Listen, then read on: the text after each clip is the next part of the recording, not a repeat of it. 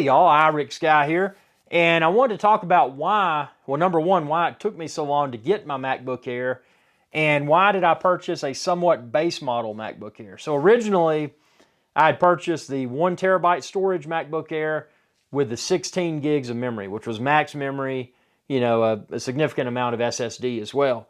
But then I started thinking about it, and I'm like, you know, this is the first generation of Apple Silicon. It's like anything else, you know, something faster is going to be coming out. And you shouldn't think like that because there's always going to be something faster. So whatever you buy is going to become obsolete more quickly. But then I got to thinking about it, and behind me, I've got the Mac Mini M1, which I loaded up. I maxed the memory out with 16 gigs, and I added a 1 terabyte SSD.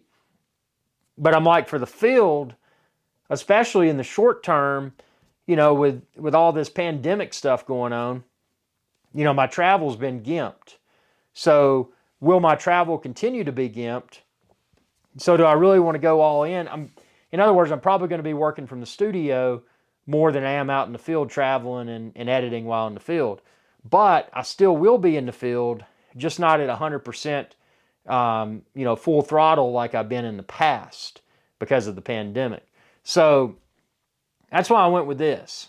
I didn't go with the smallest SSD, 256 for a few casual 4K video edits while in the field. 256 gigs of SSD is probably not going to be enough. 512 is doable. You know, ultimately, if I'm in the field, I'm doing a lot of edits, then I'll probably plug in my external USB-C SSD. You know, that's a cheap way to add additional external storage if needed while in the field, and it's still portable. But for most situations, I'll just be able to use the internal 512 gigs SSD and, you know, do a few edits here and there. You know, and obviously when I'm in the field, the videos that I'm capturing that I'll want to retain, I'll be offloading those to external USB drives. So I've got them, but you know, this is more than enough. I'd be able to you know, import a video directly, edit that 4K video, export that 4K video, and upload that 4K video from this MacBook Air 13-inch. So I didn't really need the full power in this, because ultimately this machine, Apple's going to be coming out with faster Apple Silicon Macs, which this one's blazing fast, don't get me wrong. But in other words, this is just a lesser amount out of pocket for my field computer. The price was very reasonable, and you can expand this video's description and click the link there. The MacBook Air comes in a variety of different couple, at the time of posting this, couple of different memory configurations, 8 or 16 gigs. I just went with the 8. And I think the storage is 256, 512, 1 terabyte, and I think they may offer a 2 terabyte option as well. But that's where it gets expensive. So I found the sweet spot to be 8 gigs of memory and 512 gigs of SSD. Again, I can plug, now you can't upgrade the memory after you purchase it, but you can plug in an external USB storage device, you know, mechanical hard drive or SSD, you know, whatever you prefer.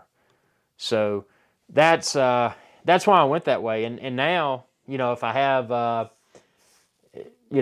wild hair to upgrade in a year or so, if I need to, you know, if travel ramps back up and I want to upgrade, I can. But in all sincerity, this thing rips through 4K video edits. So at this point in time, I mean, unless camera technologies for video change drastically, and this couldn't handle it, I don't have a need to upgrade my laptop anytime soon. This is my field computer, and it's Apple Silicon, so this should be somewhat future-proofed. So those are my thoughts. What do you think? Comment below. And if you're looking for the MacBook Air, Apple Silicon, MacBook Air M1, expand this video's description, and then click the link there, and you can find where to order it online. It comes in a variety of colors. I got gold. I thought that was cool. It just looks cool. But, oh, and subscribe and ring that bell icon when you do, and that'll notify you whenever I post another video.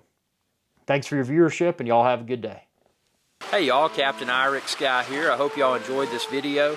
If you did, please be sure to subscribe. It's youtube.com/Irix Guy. And ring that bell icon when you do to be notified whenever I post another video. Thanks for your viewership, and y'all have a good day.